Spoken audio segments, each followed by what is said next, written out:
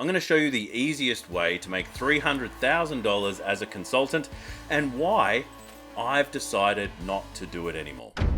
My name's Russell Pearson. This is episode 115 of the Your Consulting Business podcast. This show is all about helping you grow your consulting practice and gives you tools, tips, and resources to help you do that far easier. Today I'm going to give you the method that I use to actually build my first $300,000 consulting business, and I'm going to show you how you can do it as well. And then I'm going to step you through why I've chosen not to do that anymore, which includes the pitfalls from choosing this model in the first place. So the first thing is to actually show you the numbers. So before I give you the numbers, how did we get to here?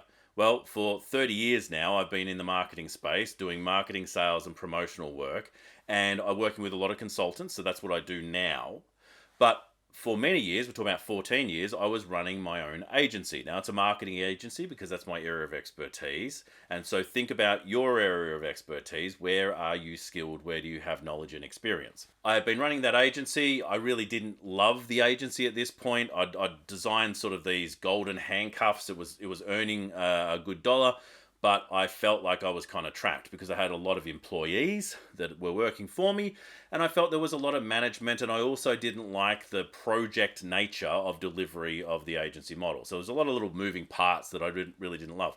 So I sold the business about 2018, and I moved from there into consulting. Now, this is the model that I used to move into that space to make my $300,000 off the back of selling the agency. So the first step was that I didn't just go into large engagements. What I started with was small engagements. And so $5,000 engagements that enabled me to do strategy work. Now, good leveraged money, we're talking about strategy workshops that was probably 2 hours to a half-day workshops. And personally, I don't do a lot of writing. I don't think writing strategic plans is useful for the people that I'm working with. So we would actually record those workshops in the meeting, and we would record the boards and things that we'd create, but at the end of it we would have a strategic plan that they would then be able to roll out. Now, I would do about one of those a month, and I could certainly do more than that, but that's how many I was doing, which really equals $60,000. Now, that's not a lot of money. We understand that, right? But this method, the magic of this method actually, is not in the cash flow that it creates, but the client flow that it creates. And so what it does is it enables you to trial and test out and really audition 12 different potential clients to see, is this a client I want to work with? Is this an outcome I want to work on? And you can get a sense of what they're like to work with through the process. And so for this was like an audition for me, and it allows me to have this client flow in my business so I can be selective, much more selective, of the clients I worked with. And so every now and then I would say, all right, well, this is a piece of work that I believe I could help you with, and because I was the incumbent helping them on the strategy, they would be open to my next step. And so what I would do is I would work with 4 additional clients outside of the strategy every year. And I would work with those people at $5,000 a month, which is $60,000 total. Now, $60,000 times 4, $240,000 a year, which means between these two elements together, we have our $300,000 business. And so that's the financial model of how to create a $300,000 business.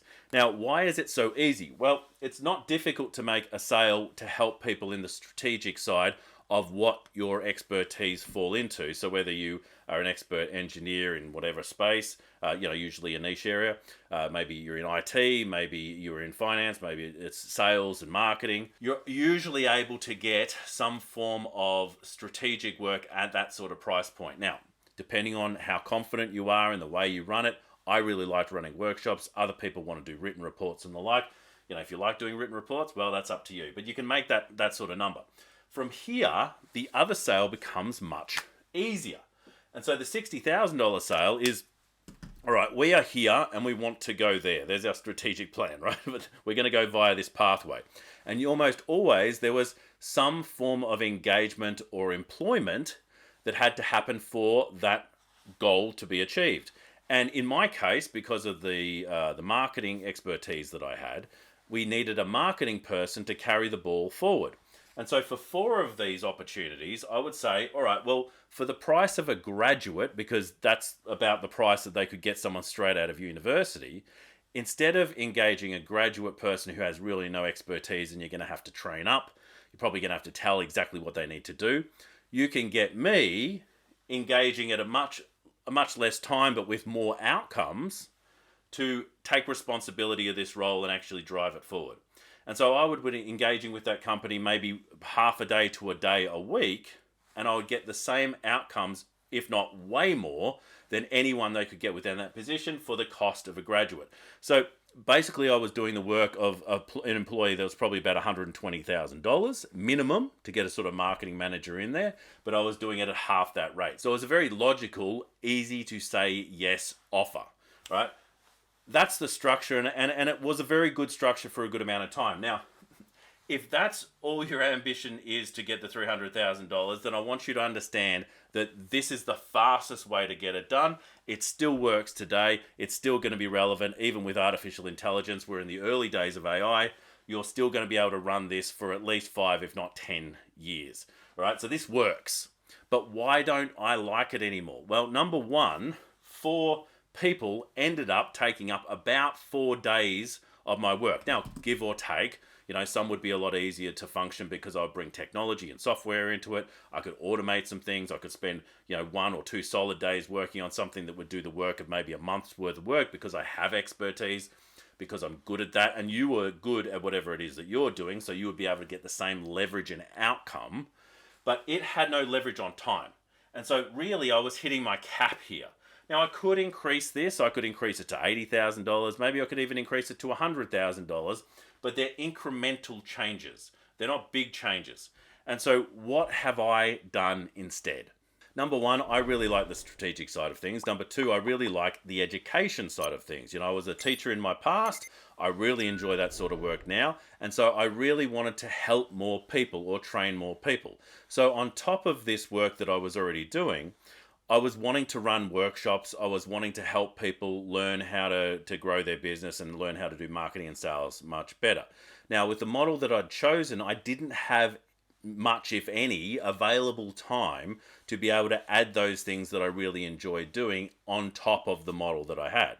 So I had to change that model to allow me to get better leverage on my time. So what did I decide to do? I decided to select a more leveraged business model. Instead of one-to-one, which is really how I was working, it's one-to-many. So the idea being that I can work in the same hour, I can actually help 10, 20, 30, even more people if I structure the way that I work in a very different way. So I want to show you the financial model for what I do now so that you can understand some of the changes and the opportunities that you have in front of you. I still want to do a lot of the one-on-one stuff. I enjoy it. I think that there is really good work to do when you can do deeper work with someone individually. But I only want to have about 4 of those people at a time, which means that maybe there are 4 hours in a week that I will do one-on-one work. And so if I want to run 4 of those, and I want to run, let's say, not quite 12 months a year, let's say 10 months a year, and around $5,000 a month, then it means I'm making $50,000 for each of these engagements, these one-on-one engagements, which is going to get me $200,000. I could just stick there and go, oh, $100,000, that's a much better opportunity that maybe I haven't been considering in the past, right? But because I just changed my rates, right? But how do I get to this amount of people who are willing to spend more? Well, I have a number of structures that sit underneath that. I also then have 20 people who are paying me $21,000 for the group program that I provide. And so that's giving me a whole different level of participation. It is a group method of helping on the strategic side. Now, the key with all of this is we can't do for them, which means we can't do the work for them. In the fractal model that we were talking about before, where we're actually really taking a strategic role or at least an operational role within the business, we can't do that in this model, which means that we can only enable, coach, mentor, and guide these individuals to take their own action. So if we look at that, 21,000 times, we're talking about $420,000 per year here.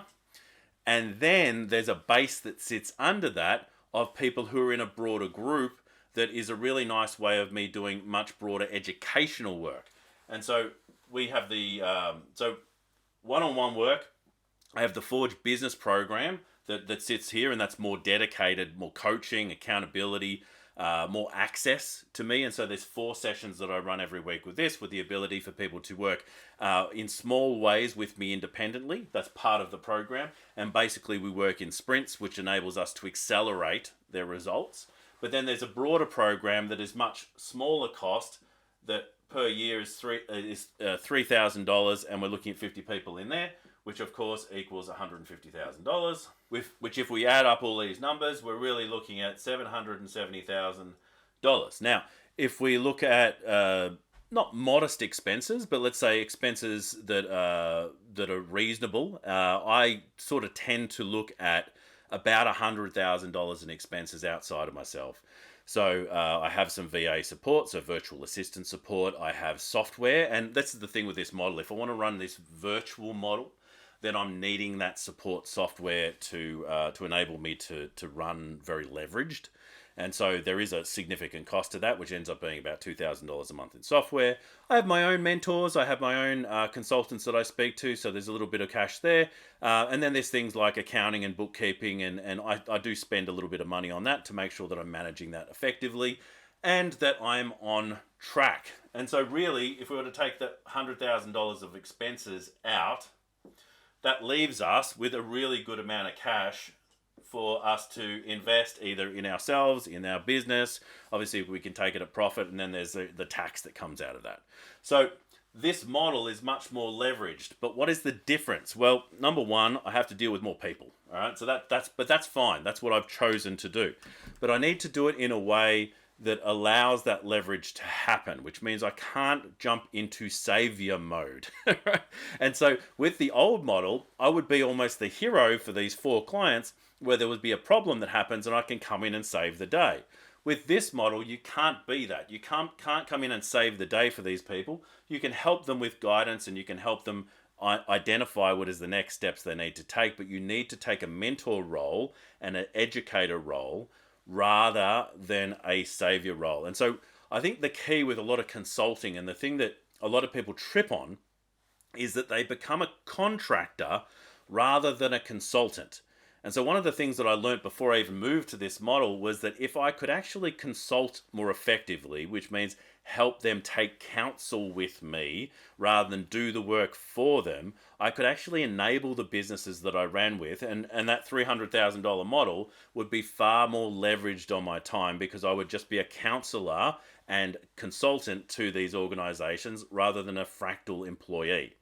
But because I was moving into that fractal employee space, and because I really didn't understand what I was doing from a saving the day point of view, like I was actually disabling the client by doing that, because every time I'd save the day, I became more of a cog in the machine that was working. Every time I became more involved, it meant that the business would only work effectively with me in it. So if you took me out of it, it sort of breaks the machine. So you've got to be careful about doing that, because you can come in for what you think is a contracting gig, but in actual fact, you're becoming one of the cogs in their machine, and a cog in the thing that enables them to get an outcome. So you remove you, suddenly the outcome falls down. And so in understanding that, I'd already moved to a position where I was more of a true consultant rather than a contractor.